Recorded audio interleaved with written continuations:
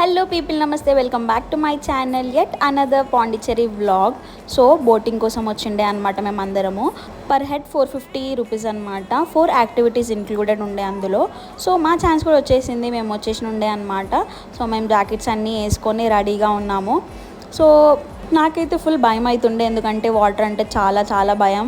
చూడ్డానికి మంచిగా ఉంటుంది కానీ అక్కడ మిడిల్లో వెళ్ళి ఓషన్ దగ్గర వెళ్ళి ఆ అలలకి ఆ బోట్లో ఉంటే ఎంత భయం అయిందంటే చాలా చాలా భయం అయింది. ఆ లైఫ్ జాకెట్ వేసుకున్న తర్వాత ఫుల్ లడ్డు లడ్డు కనిపిస్తుండే అనమాట.